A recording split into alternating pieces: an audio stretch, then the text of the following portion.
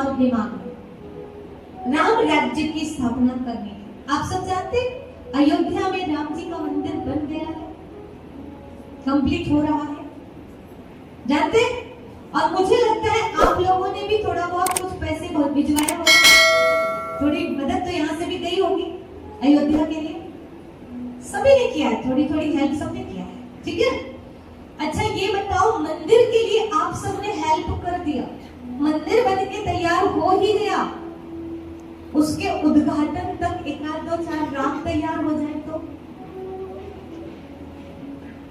केवल मंदिर से राम राज्य आएगा कि राम जी प्रकट होंगे तो राम राज्य आएगा? हाँ, तो मंदिर बनाने में जब सबने 20 नाखून का जोर लगा दिया तो राम बनने में, राम पैदा करने में कितना जोर लगाना चाहिए? बोलो, कौन लगाएगा? कौन लगाएगा? राम को राम जी से प्यार नहीं, हाथ ही नहीं उठ रहे हैं। हाँ? हम सब राम जी के वंशज हैं, ठीक है? तो अभी क्या करना है कि वहां पर मंदिर बन जाए। कितने मुश्किलों में मंदिर बना है आप जानते हैं? तो मंदिर बनाने का इतना प्रयास किए, मुझे तो लगता है राम बन जाते तो मंदिर तो ऑटोमेटिक बन जाता। जहाँ मूर्ति होगी तो मंदिर। तो इस कथा का मूल उद्देश्य है मानव को देव बनाना, घर को मंदिर बनाना, धरा को स्वर्ग बनाना और भारत को विश्व गुरु बनाना। ये हमारा लक्ष्य है, ये कथा करने के पीछे। और ये तभी संभव हो पाएगा जब अपने अंदर के राम तत्व को हम सम्मान देंगे और अपने अंदर के रावण तत्व को अब खत्म करने का पुरुषार्थ करेंगे। तो सभी तैयार है? कब से शुरू करेंगे? आज से ही प्रैक्टिस करना शुरू करो। कौन सी? कि मेरे कहने से आपको जल्दी नहीं उठना है, मेरे कहने से सात्विक भोजन नहीं करना है, लेकिन क्या करना है? आपके अंदर दो लोग हैं, राम जी और रावण। और रावण आपके शरीर को यूज करेगा तो आपकी समाज में बदनामी होगी, और राम जी आपके शरीर को यूज करेंगे तो कहेंगे वो जो देखता है ना, तो ऐसा लगता है साक्षात देवी देवता हो, वो देव हो, ऐसे लगता है।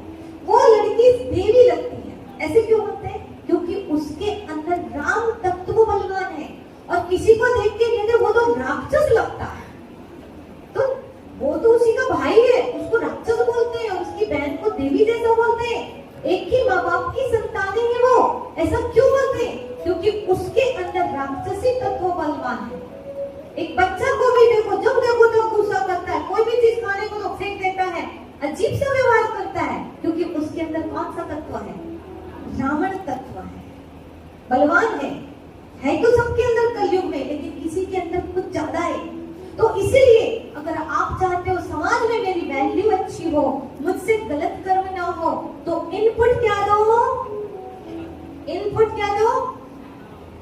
ज्ञानेंद्रियों से पॉजिटिव चीजें लो, सात्विक चीजें लो, तो कर्मेंद्रियों से आउटपुट क्या होगा?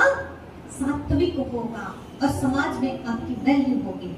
मेरे कहने से सात्विक भोजन नहीं करना है, आपको खुद समझना है कि मुझे अपने देवत्व को ऊंचा उठाना है। हम कहते हैं ना, धर्म की जय हो, अधर्म का केवल बोलने से हो जाएगा? हाँ? कहाँ है अधर्म नाम का? कोई है क्या जिसका नाश हो जाए? कोई बाहर नहीं है, हमारे अंदर के अधर्म का नाश होगा, तब हमारे अंदर के धर्म की जय होगी।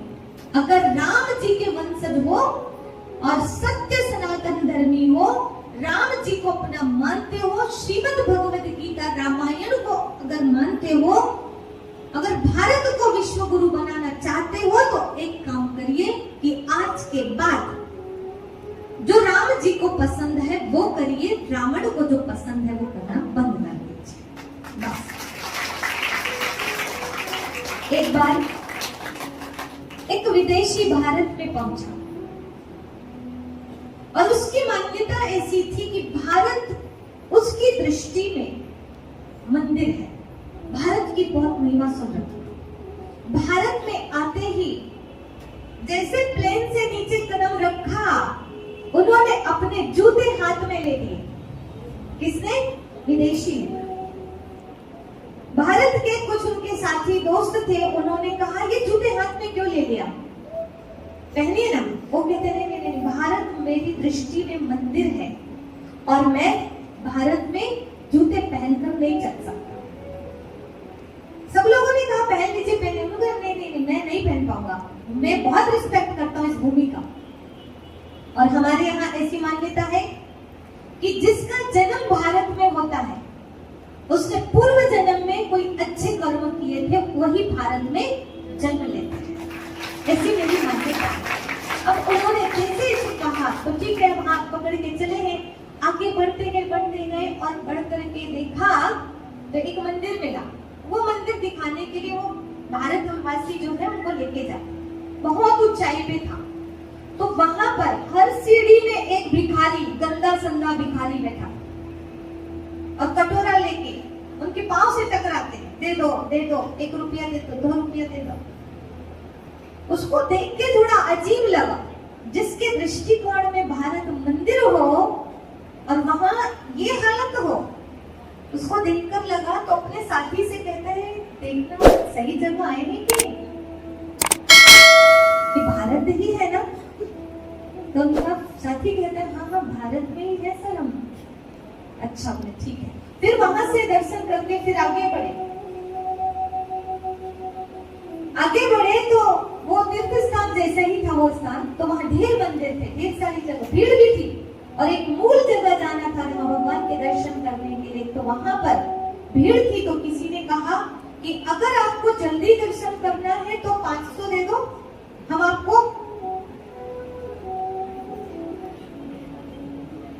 तुरंत पहुंचा देंगे।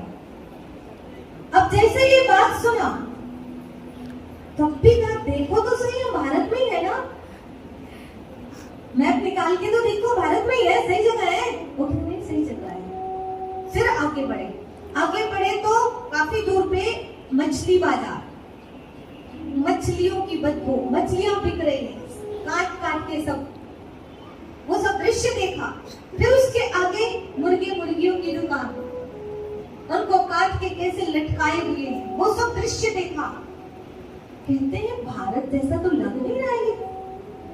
थोड़ा आगे गए तो पति पत्नी जब लड़ाई कर रहे थे तो पत्नी के बाल पकड़ के खींच रहा था और घर से निकाल रहा है, गालियां दे रहे।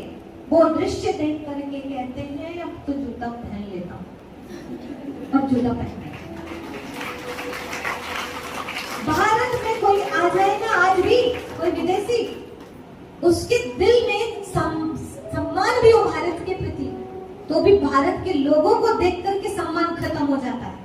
भारत के लोगों को देखकर इतना ईर्ष्या है, द्वेष है, नफरत है, अहंकार है, उनका स्वभाव देख करके नफरत आ गई। ये भारत के लोग हैं, ये राम जी के वंशज है, ये कृष्ण जी के वंशज है, ये हो नहीं सकता, ऐसे लगता है देख करके।